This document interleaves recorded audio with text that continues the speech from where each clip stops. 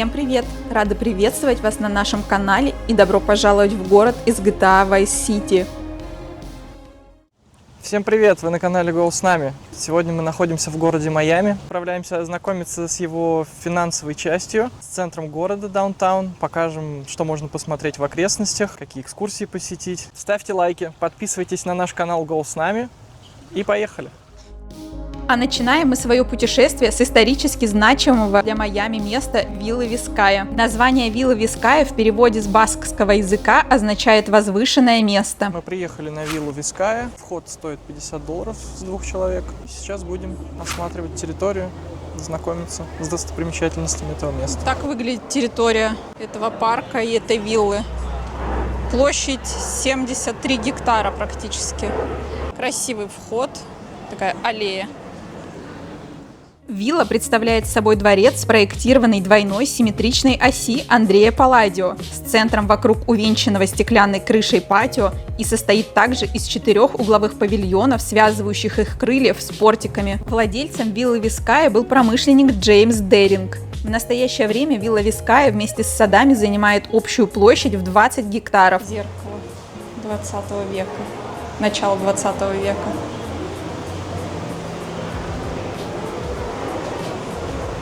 И напротив уже наше современное, в котором можно по-настоящему смотреться. Кабинет Джеймса Деринга.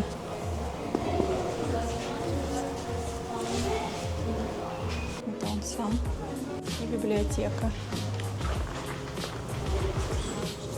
А это выход из виллы в садик центральный под куполом.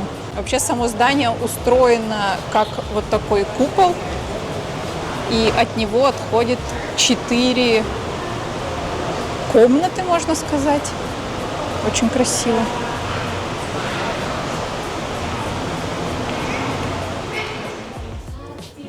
Гостиная с огромным камином.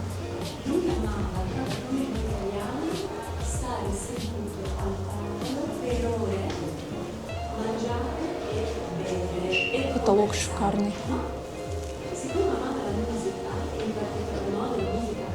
Ковры на стенах.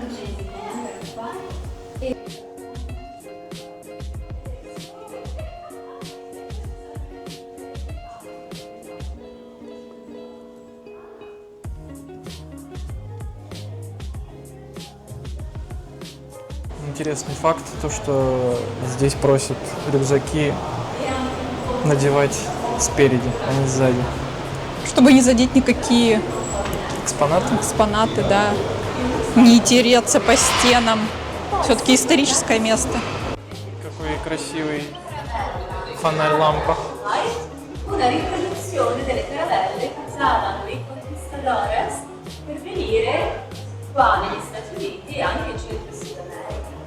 Увидела на колонне такая ящерка. Крючки, видимо, для привязки каких-то животных.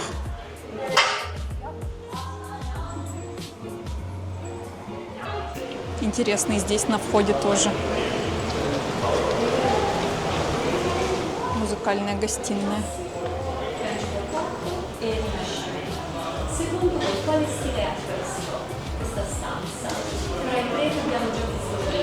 Следующее помещение. Опять ковер. Невероятный потолок. Это обеденный dining room.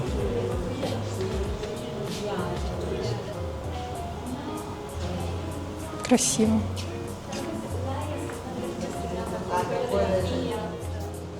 А это кухня. Очень большое помещение. Особенно если учитывать, что это здание постройки 1916 года. Скамейка. Для очень маленьких задниц. Да, очень узкая сидячая часть. Насколько выточенное, гладкое мраморное лицо. Виртуальный тур Вова нашел.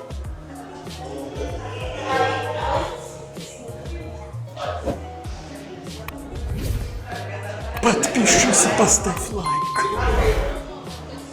Балкон второго этажа. Вот то, что я говорила. Центральная часть и вокруг расположены жилые помещения.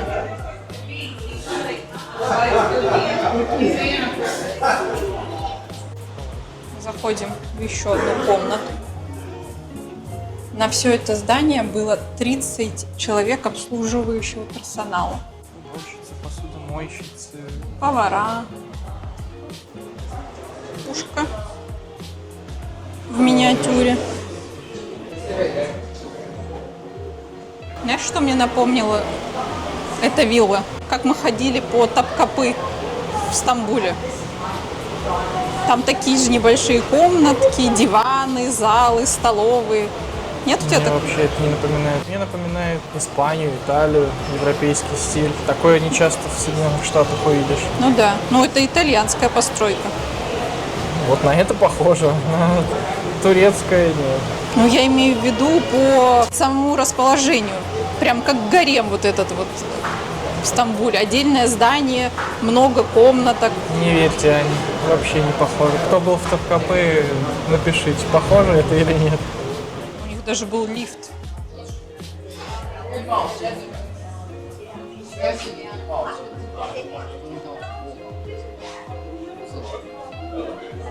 Это Джеймс Диринг, тот самый, который построил эту виллу. И он сам здесь прожил до 1925 года. Королевская спальня.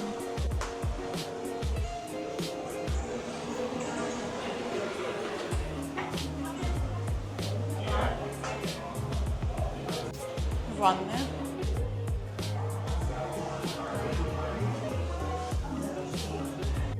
Вы только взгляните на красоту этого зала.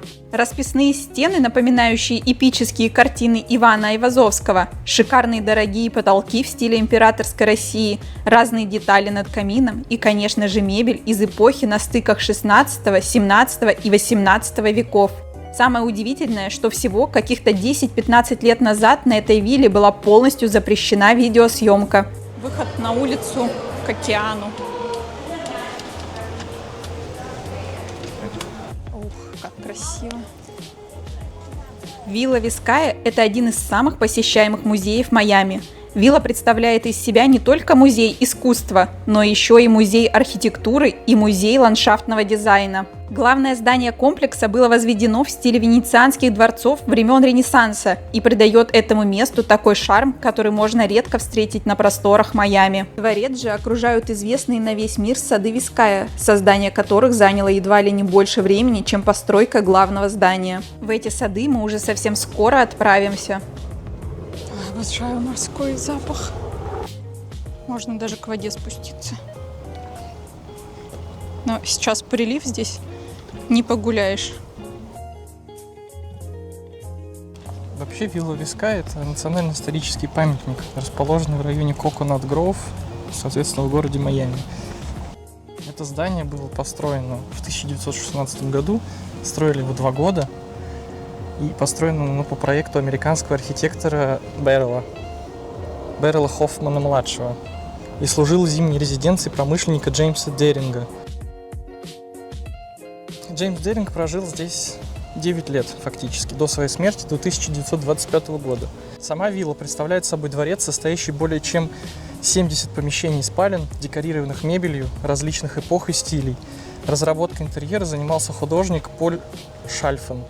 Он же предлагал как дизайнер различные предметы искусства. После смерти Деринга в 1945 году его наследники передали часть парка епископату Сент-Огастин в штате Флорида и одному из местных госпиталей. Сама вилла была продана округу Майами-Дейд и с 1953 года служит как музей искусств Дейд. А с апреля 1994 года вилла Виская включена в список национальных исторических памятников США. Вот у них был бассейн. Так как мы живем во Флориде и здесь всегда очень жарко, то есть даже такие. Довольно глубокий. И прикольно сделано, что внутри есть вода, то есть от солнца можно было прятаться под крышей.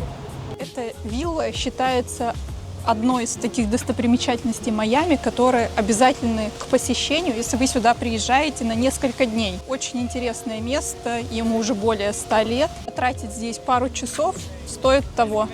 Тем более вход не такой дорогой, $25 с человека. Сейчас мы идем в Вискай Гарденс, сады Вискай. Очень разнообразная флора тут высажена. Ландшафтным оформлением занимался известный на тот момент ландшафтный проектировщик Диего Суарес из Колумбии. Что самое для меня важное, то что такая усадьба и вилла находится всего в 5 минутах езды от самого центра Майами, куда мы отправимся дальше. Просто где-нибудь в Европе вам до всяких этих усадьб надо очень большой маршрут проделать. А здесь все очень близко к цивилизации. Здорово. Поэтому это и считается must-have'ом при посещении Майами.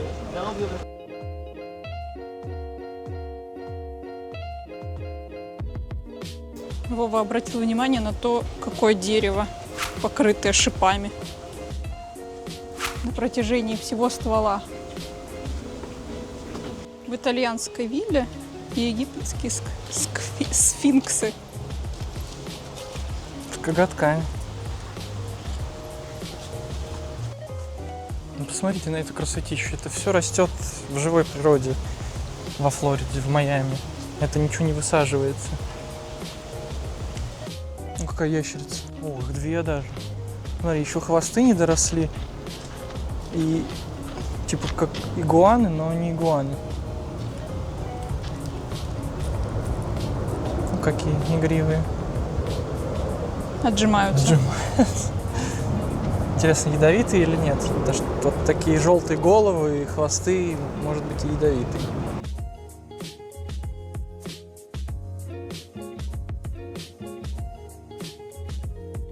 Такие у нас здесь драконы водятся. По деревьям лазают. Он что творит?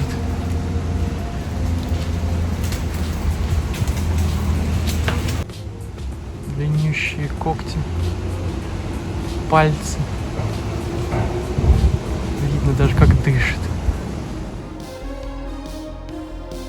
Ну а мы по пути в центр Майами решили заехать в живописный парк у Океанского залива, чтобы насладиться шикарными видами города.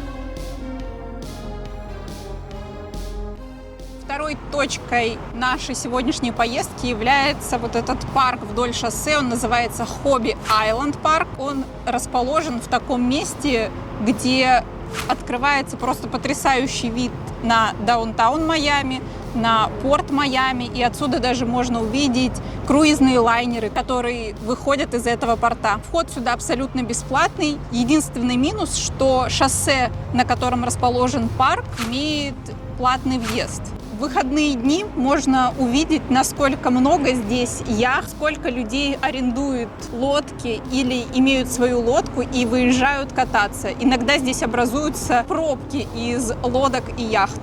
Также много людей берут в аренду катамараны или кто-то катается на сабборде. В общем, люди развлекаются в свои выходные как могут, не зря живут на океане. Хобби Айленд парк – это пляжный парк протяженностью около 1,5 километров. Свое название получил в честь легендарного серфера и создателя досок для серфинга Хобби Алтера. Мы очутились в районе Брикел. Это самый центр города Майами.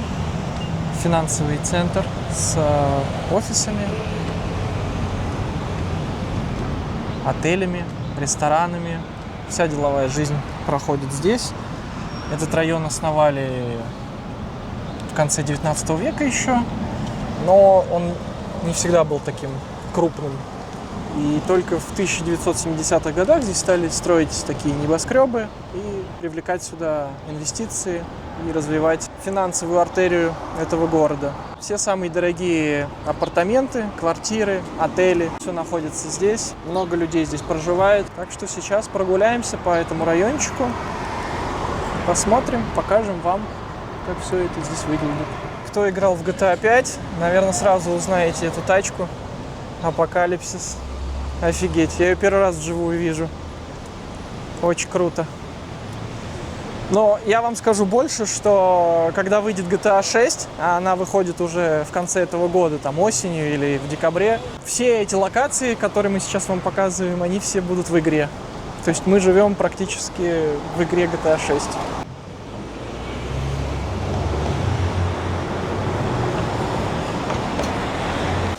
Среди бетонных джунглей можно иногда встретить такие оазисы с водичкой, с цветочками. Очень прикольно смотрится. Как в Лас-Вегасе практически. Брикел является самым густонаселенным районом Майами. Его население в 2025 году составляет более 40 тысяч человек. Брикел является ядром банковского, инвестиционного и финансового секторов Майами. Кроме того, в Брикеле находится большинство иностранных консульств США, включая консульства Аргентины, Бразилии, Чили, Франции, Японии, Мексики, Нидерландов, Швейцарии и так далее. Сейчас идем по мосту, который ведет на Брикел-Ки. Это отдельный остров со своей инфраструктурой, с довольно дорогими апартаментами. Впереди отель Мандарин Ориентал, тоже достаточно недешевый. Своя инфраструктура у них здесь, какой-то там торговый центр есть небольшой, магазинчики. У них даже тут свой общественный транспорт ходит и с этого острова их забирает до финансового центра или там, до других частей Майами. Очень приятный, там свои парки, зеленые зоны.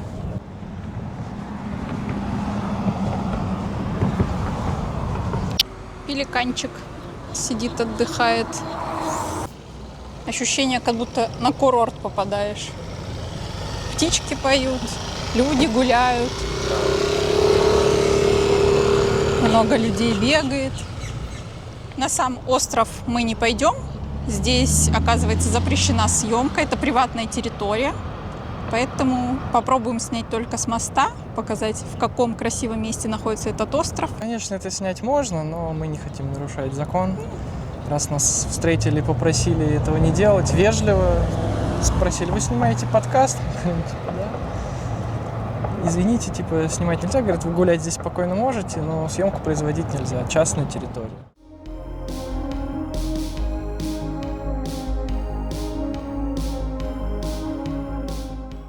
Здесь, в даунтауне, так все продумано, что если вдруг ваше здание находится на берегу залива, то обязательно вдоль зданий здесь проходит набережная с видом на залив, на воду, на кораблики. Очень это красиво. Плюс большое количество прогулочных зон. Здесь есть парк для собак. Всегда там очень много людей.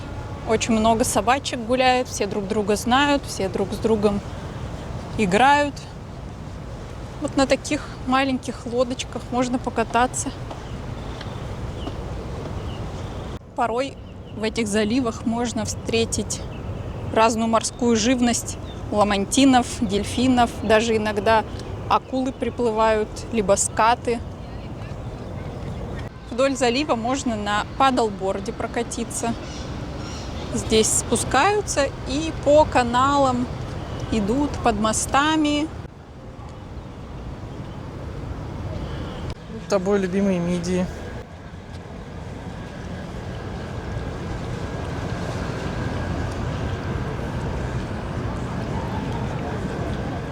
А это любимый всеми майамцами мост разводной. Его разводят, наверное, каждые полчаса, а то и чаще. И все благодаря яхтам.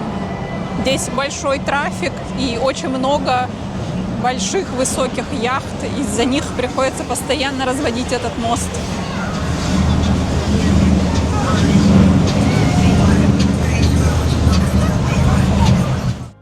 Мост Брикел-Авеню – это разводной мост в центре Майами, который пересекает реку Майами и предназначен для пропуска крупных судов во внутренней гавани. Оригинальный мост построили в 1929 году, а в 1995 году заменили, реконструировав его. По будням с 7 утра до 7 вечера мост открывается каждые полчаса и тем самым создает сильные заторы в центре города. По данным Департамента транспорта Флориды, мост открывается около 5000 раз за год.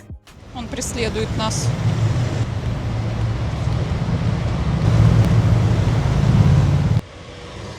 на Рождество. Здесь все украшено фонариками и висит огромный венок. Красиво украшают здесь центр города.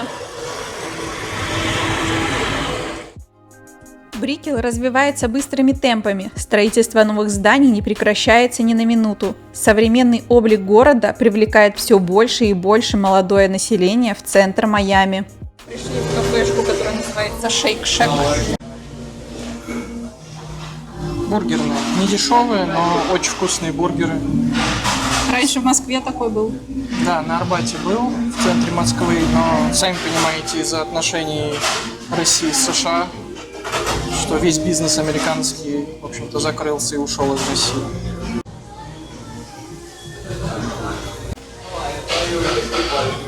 Так выглядит кафешка. Она достаточно скромная, но здесь очень вкусно. Пришел наш заказ.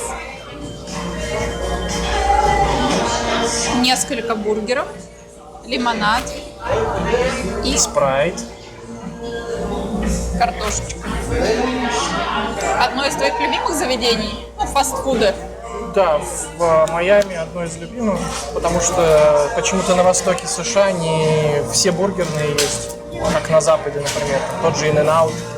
Поэтому Shake Shack, да, достаточно вкусный. Мы иногда с Аней едим тут, но дороговатый фастфуд. Но он качественный в целом.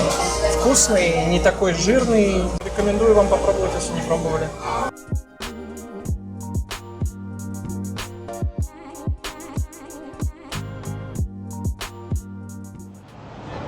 Это торговый центр в центре Брикела. Так и называется. Майами Брикел Центр. Сейчас мы его посетим. Брикел Сити Центр – это большой многофункциональный комплекс, состоящий из 2 жилых высотных башен, 2 офисных зданий, высотного отеля, соединенных между собой 5-этажным торговым центром, занимающим площадь 36 тысяч квадратных метров. Стоимость торгового центра оценивается в $1 миллиард. Да, это тоже искусство. Посмотри на кокос. Так это настоящий, ты чё? Нет, это может настоящее, а там прям посмотри цветы. И там настоящее. Вова сомневается в том, что эти цветы настоящие растения. Но они все живые, настоящие. Я не про это говорю, а внизу цветы в горшках стояли, искусственные. Ну и проверим. Такой живописный торговый центр является настоящим оазисом прямо посреди небоскребов города. Это автосалон электромобилей Lucid. Вот Tesla вообще в подметке и не годится. Всякие китайские автомобили вообще просто смешные по сравнению с Lucid. Вот это топовая электрическая модель автомобиля. Ну и стоит дорого. Под $100 тысяч. У нее все, и дизайн, и характеристики. Классная машина. И проезжает она на заряде на одном гораздо больше, чем Tesla. Майами является 3-м городом США по количеству небоскребов в количестве 439 штук после Нью-Йорка и Чикаго. Самое высокое здание в городе – это 85-этажная башня «Панорама», которая возвышается на 265 метров. Все 10 самых высоких зданий во Флориде расположены в Майами. Здесь в центре находится офис компании WeWork.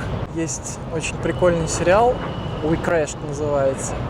Не сложилось, не получилось, обанкротились, как вы так по-русски это переводится. С Джаредом Лето и Энн Хэтэуэй в главной роли. Прикольный сериал на 8 серий как раз про эту компанию. Как набирала обороты, как вообще развивалась и как она пришла к банкротству. И как она из этого банкротства в итоге все-таки смогла выйти. Сериал заканчивается в 2019 году, когда компания как раз грозила закрытие и банкротство. Но вот до сих пор как-то существует. И даже пандемия не смогла сломать контору WeWork. В самом центре даунтауна, в районе Брикел, есть вот такой вот бесплатный трамвай, называется Метромувер. Он проходит по всему центру.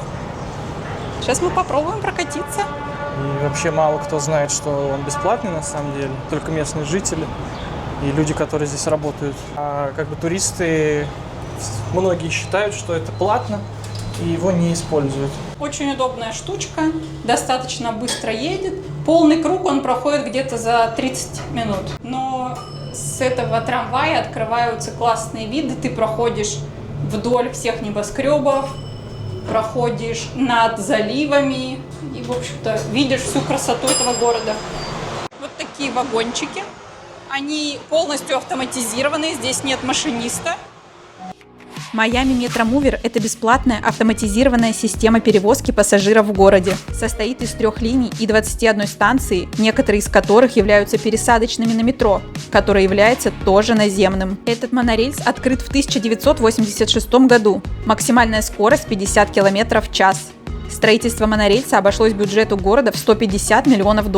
Работает с 5 утра и до 12 ночи 7 дней в неделю и 365 дней в году. Мы с Аней как-то были в Дубае много лет назад.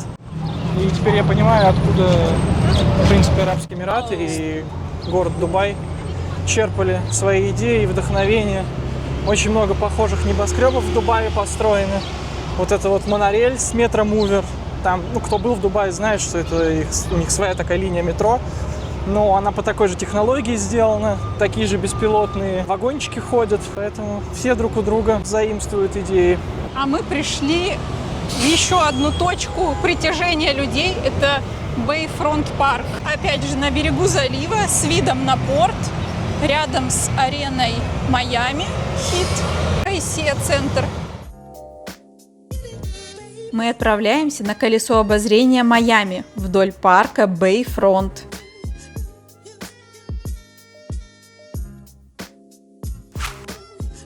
Колесо обозрения Майами было построено совсем недавно, в 2021 году. Колесо обозрения в Чикаго, на котором мы тоже катались, 80 метров в высоту. А это колесо обозрения в Майами 54 метра. Из окон Skyview Майами открывается непревзойденный вид на залив Бискейн, парк Bayfront и знаменитый центр Майами. Вы совершите 5 полных оборотов в кабинке на этом колесе обозрения. Вот огромный круизный лайнер отходит из порта. Один из самых крупных портов вообще в США. Да и, по-моему, если я не ошибаюсь, то в мире считается он 11-м по масштабу. Здесь как круизный порт, так и грузовые перевозки. Еще в этот порт идет подводный тоннель, где-то 200 километров в длину, то есть автострада подводная. У Майами еще есть одно неофициальное название. Этот город называют Vice City, что означает как город порока. Город греха иногда можно перевести. И была даже одноименная игра GTA Vice City в начале 2000-х годов, и она как раз происходила в Майами. Также был сериал «Майами Vice» назывался, 80-е годы, на протяжении 5 или 6 лет выходил. В России он назывался «Полиция Майами. Отдел нравов». Это Bayside Market. Есть такой типа рыночек, разные сувенирчики продаются, кафешки. Одноименный рынок с парком, они прям смежные, и колесо обозрения здесь рядом. Много тоже всяких магазинов, аутлет-магазины, дисконт-магазины, всякие безделушки также здесь продаются. Очень популярное место, майамцы здесь любят выходные проводить. Вечером здесь все так подсвечивается, фонарики горят. Очень красивое место. Магазин называется It's Sugar. Это сахар. Здесь продаются всякие интересные угощения с мармеладками. Но мы в таком магазине уже были, по-моему, в Чикаго, в Нью-Йорке. Это сеть магазинов, она много где есть. Сладкоежкам, в общем, сюда. Печенье с Доктор Пеппером. Очень здоровый магазин, мне кажется, он как минимум в 2 раза больше нью-йоркского, чикагского. Попкорн. Reese's, Hershey's.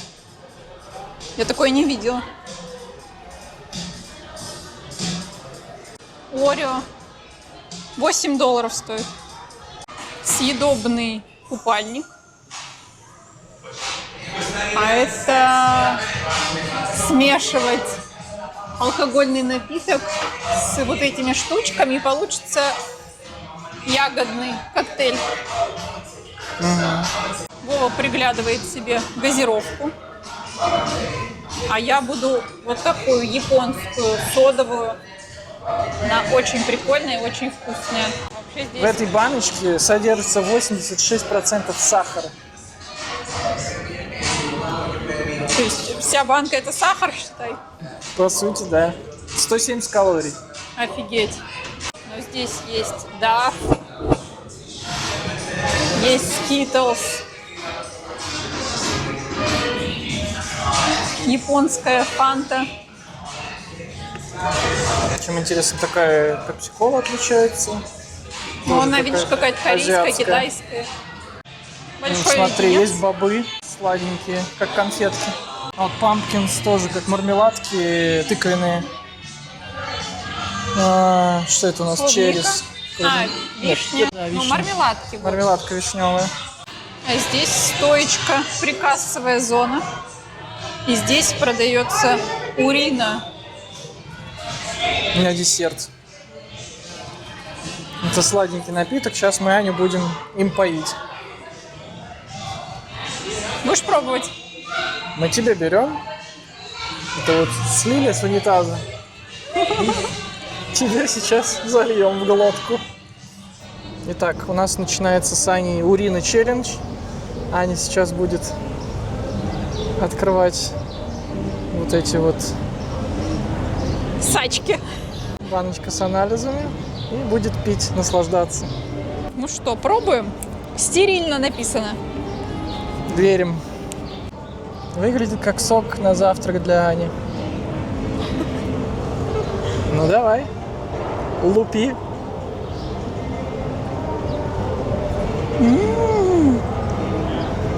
Это лучшая моча в твоей жизни. Это моя первая моча в жизни. Неплохо. Вова тоже попробовал. Но не особо оценил.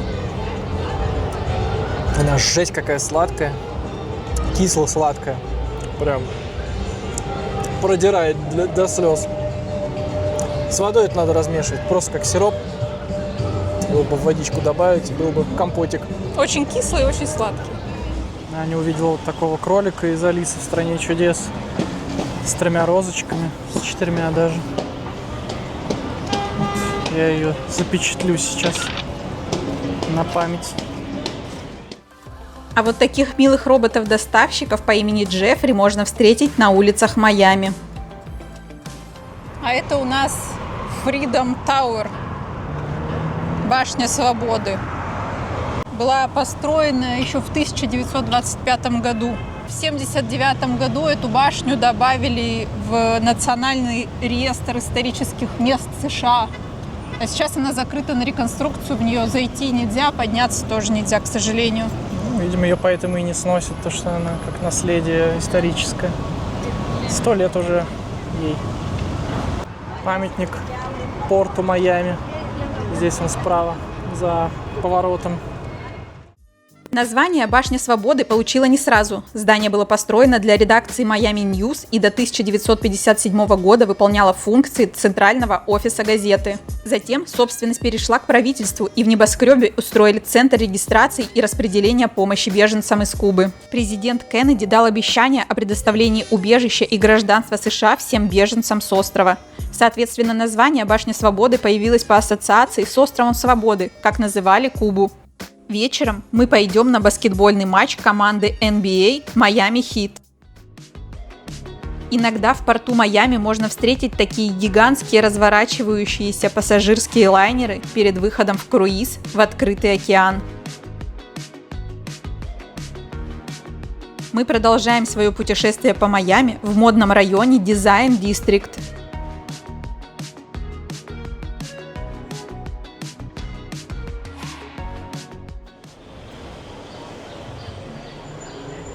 Это институт современного искусства выглядит необычно. Этот музей абсолютно бесплатный для посетителей, работает только с четверга по воскресенье. Большой бутик Tesla. Новые Tesla представлены, но меня интересуют не машины. Меня интересует робот Tesla Bot 2023. Но стоит он, по-моему, дешевле, чем вон Cybertruck, который сзади стоит. Написано на стенде, что этот бот использует такой же интеллект, искусственный интеллект, как и машины Tesla.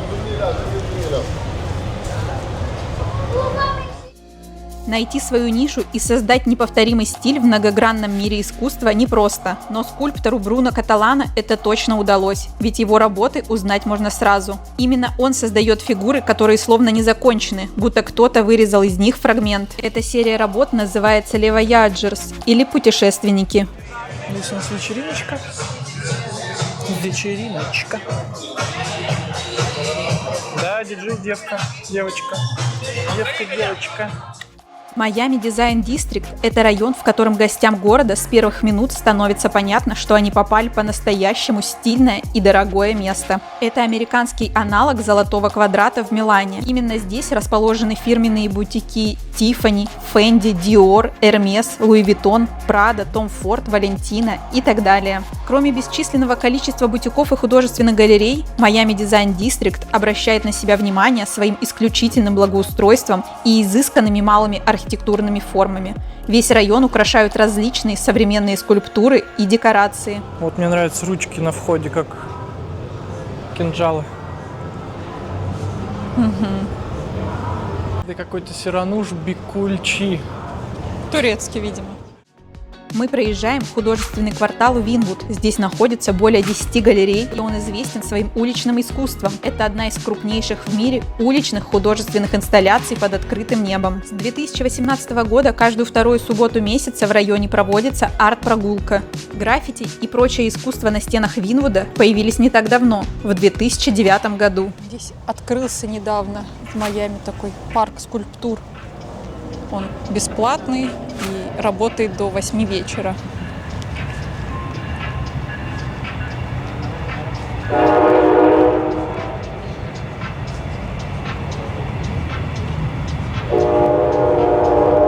Все подписано, везде есть QR-коды. О каждой скульптуре можно прочитать.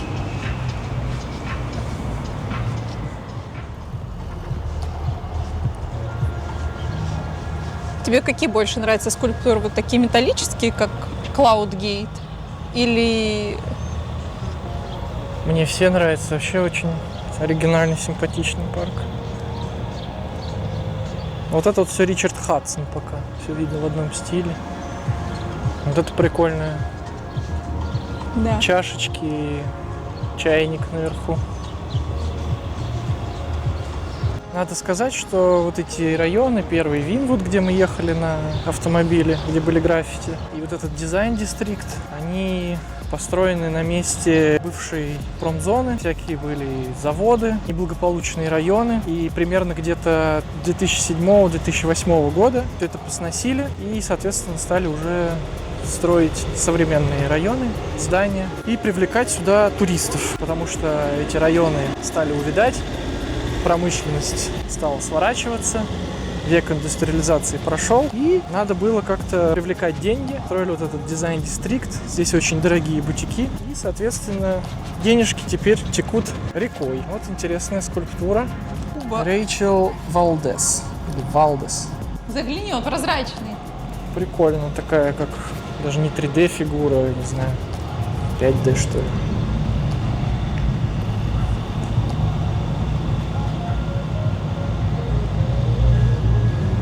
Что-то необычненькое. Вроде не так сложно. Что более сложно? Считается современным искусством. Куб или арбуз? Это Марс, вообще-то, а не арбуз. Угу, ясно. Здесь почему-то причинное место решили прикрыть листиком, потому что предыдущие фигуры все демонстрировали различные причиндалы. Это у нас судья по волейболу, видимо, или спасатель на пляже с биноклем. Я думаю, спасатель в купальнике же.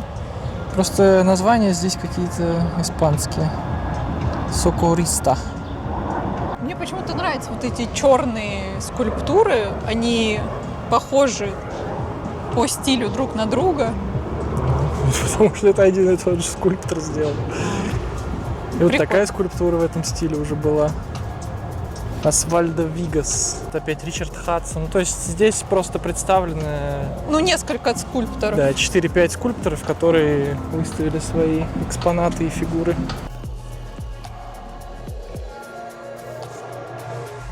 Я обратил внимание еще, когда мы зашли, на входе был, по-моему, Махатма Ганди. И он с ружьем стоит, ну, с автоматом. Вот это мать Тереза. То есть это, видимо, все главные пацифисты мира, но изображены с оружием. Вот то, по-моему, Нельсон Мандела, если я не ошибаюсь, с дробашом. Ну, а это Давид Микеланджело, видишь?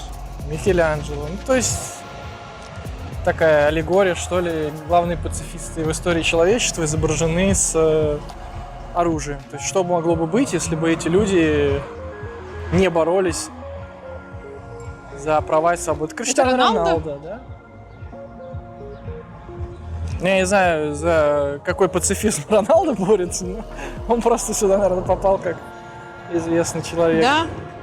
Мандела? Ну вот, да. Манделу я в лицо знаю. Это у нас получается Пабло Пикассо с ракетницей за спиной. И у всех у них одинаковые сапоги военные. У кого-то шорты, у кого-то брюки. Это кто у нас? Мухаммед Али? Ну да. Мухаммед Али, да. С перчаткой. Даже со спины узнал, кого из боксеров они могут тут разместить. Тоже боролся за права чернокожих. Это, как вы можете понять, по его стойке Майкл Джексон. Тоже с пистолетами, в бронежилете. Чарли Чаплин. Я даже не читая табличку, сказал, что это Ганди.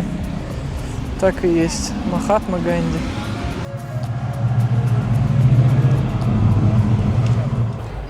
Настал вечер, и мы пришли на игру NBA.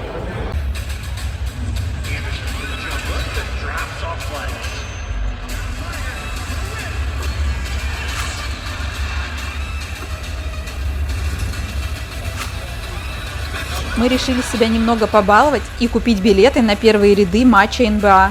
Конечно, ощущения от просмотра игры с 8-го ряда гораздо более живые, чем с балкона.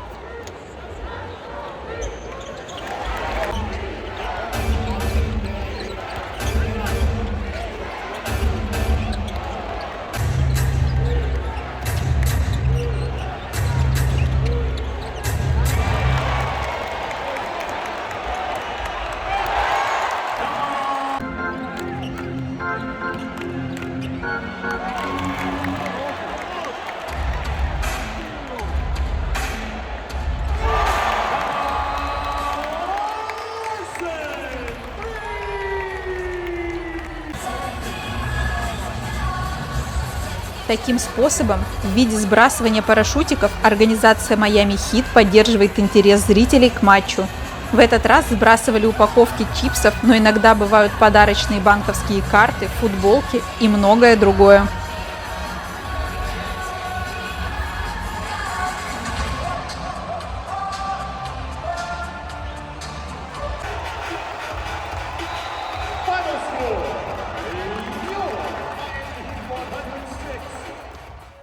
Около арены Miami Heat очень любит парковать свою яхту за $450 миллионов создатель компании Google Сергей Брин. Майами является столицей ночной жизни в США. Десятки ночных и стриптиз-клубов, сотни круглосуточных ресторанов и баров, падлбординг со светодиодной подсветкой в океане, казино, лазерные шоу, общественные парки и смотровые площадки в небоскребах с видом на мерцающий в огнях город. И все это можно найти в потрясающем ночном Майами. Именно поэтому сюда любит приезжать молодежь со всего мира.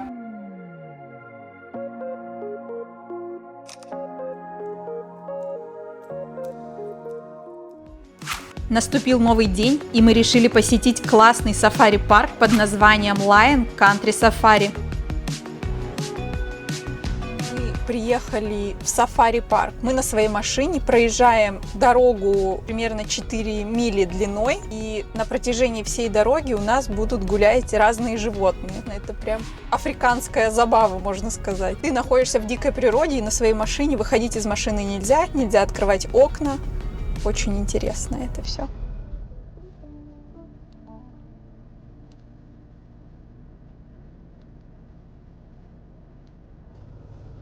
Прям к машине идет. Или дорогу переходит.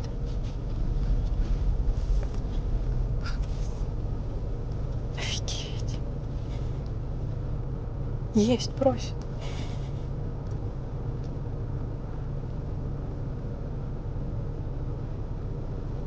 Вообще не клюет.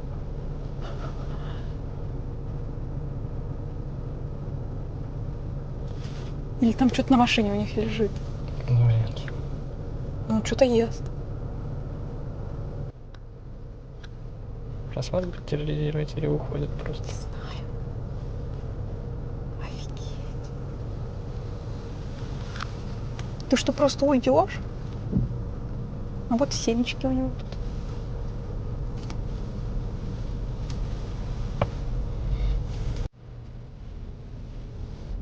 Ну, это прям коровы, только... Рогатые.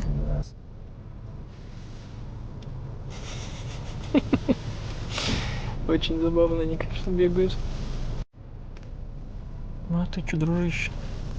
Посмотри в камеру. Уши как у тушканчика. Огромные. Опа, опа. У нас 25 тысяч, и мы идем разбираться. Ну, эти тоже щетка зеленого цвета терлись. Какой подуставший. Прям такие глаза, мешки, как будто он 2 недели не спал.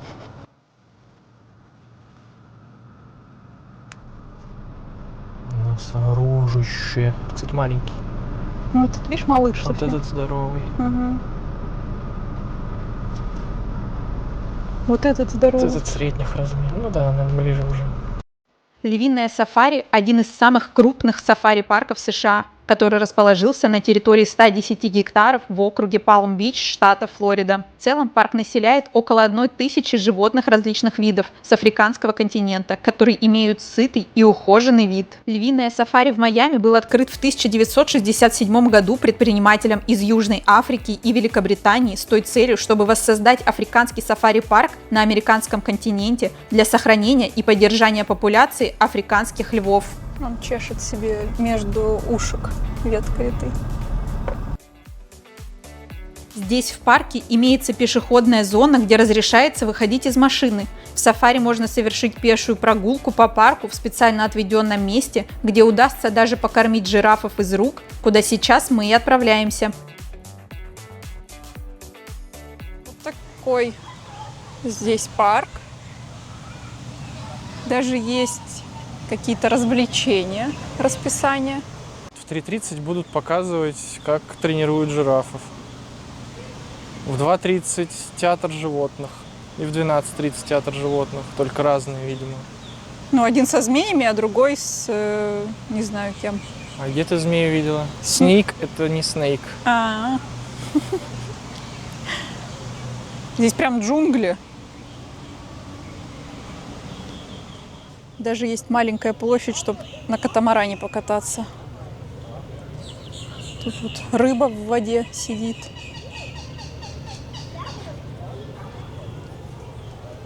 Фламинги. Так близко.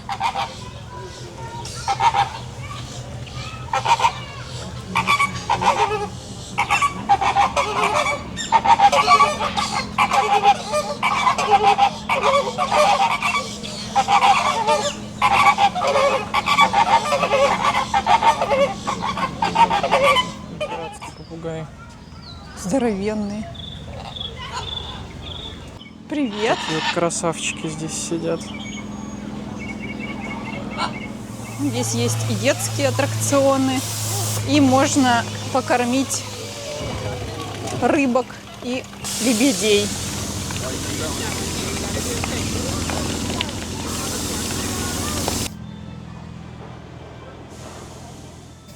Аня у нас зажарилась уже на солнышке. Сейчас будет освежаться. Здорово, что она регулируемая. Очень сыро. Здесь сделана такая площадь Детская площадка. с аттракционом водным в жару. Этот парк, получается, ты один раз заплатил за сафари. На двоих мы заплатили $117, и дальше остальное все бесплатно. Вот эти водные аттракционы, прогулка по вот этому мини-зоопарку контактному, все уже входит в стоимость. Единственное, что ты докупаешь еду для животных. Типа вот как я показала, лебедей кормить, это стоит 50 центов.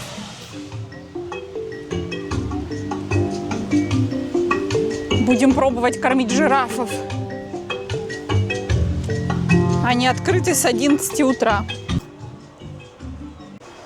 $8. Я ошиблась. $6. 3 листочка тебе дают. Two, please. Это мы любим. Анечка кормит жирафчика. Ой, такой приятный. Вон еще один идет. Хочет, чтобы его тоже покормили. Он к тебе теперь идет. Ты ко мне идешь? Да? Давай. Я понял тебя. Еще? Пожалуйста, еще. Ты еще хочешь? Голодный? Держи. Вот так вот, умничка. Молодец.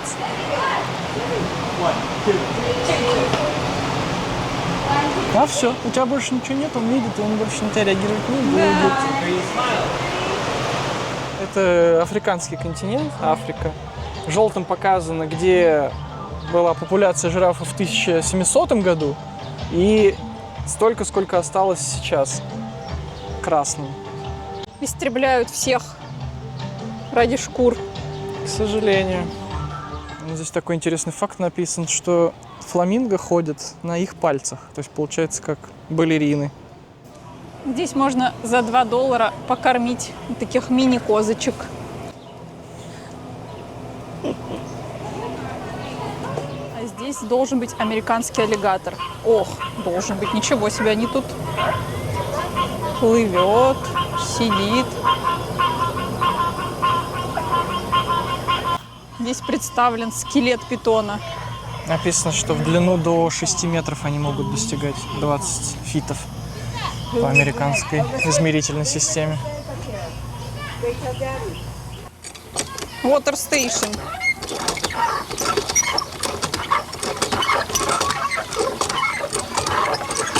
А куда она сливается? Вниз, в канализацию.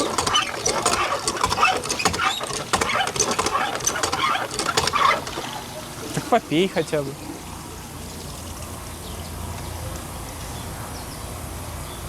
Ну это для чего-то же? Ну, Don't drink the water, не пейте воду. просто как раньше качали воду, показано. Вот такая черепаха живет от 80 до 100 лет. Весит от 41 килограмма до 91 килограмма. Тоже в Африке обитает. Ест только травку, кактусы и дикие цветочки. Ну что, красавчики, болтать будем? Сейчас они тебя русским матом обложат. 50 лет тоже живут такие попугаи. Кур-кур. Вот, видишь? Здесь большой сувенирный магазин. Видите, какой питон. Ну, как всегда, такие магазинчики очень милые, приятные.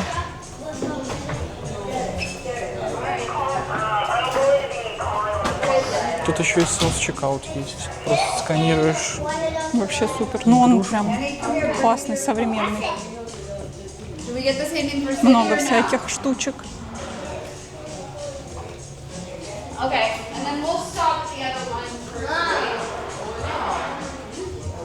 Какие змеи. Друзей разыгрывать. И есть кафетерий. Тоже такое прям большое, светлое помещение. Очень хорошо. Кофточка с жирафом. $50, 47. Ваш визит в Майами не должен обойтись без поездки в национальный парк Эверглейдс, который мы вам сейчас и покажем. Едем в парк Эверглейдс смотреть на аллигаторов, змей, птиц в их естественной среде обитания.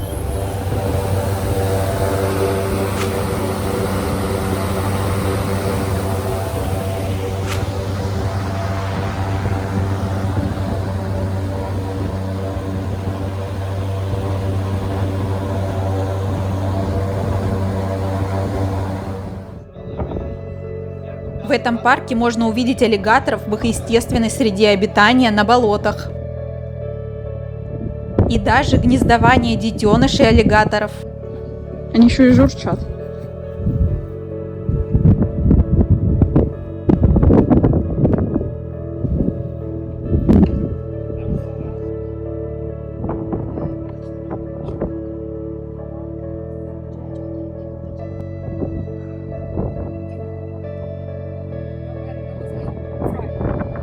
Анечка, приехали во вторую часть парка Эверглейдс, где пешие трейлы. Вот мы прошли трейл Бобкэт, рысь. Никого не увидели? Не увидели, зато вот в луже, прямо у дороги. 10 метров. Лежат два крокодила. От входа и от... Отдыхают. Никого не трогают пока.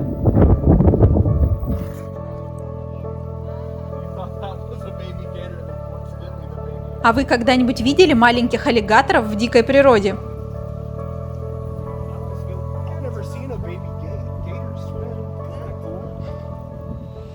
Вот такой увлекательный день можно провести в Майами, потратить не такое большое количество денег. Спасибо, что провели его с нами. Оставайтесь на нашем канале. Не забывайте поставить лайк и подписаться на наш канал, если вы еще не подписаны. А также, чтобы не пропустить следующие видео, ставьте колокольчик. До новых скорых встреч. Пока-пока.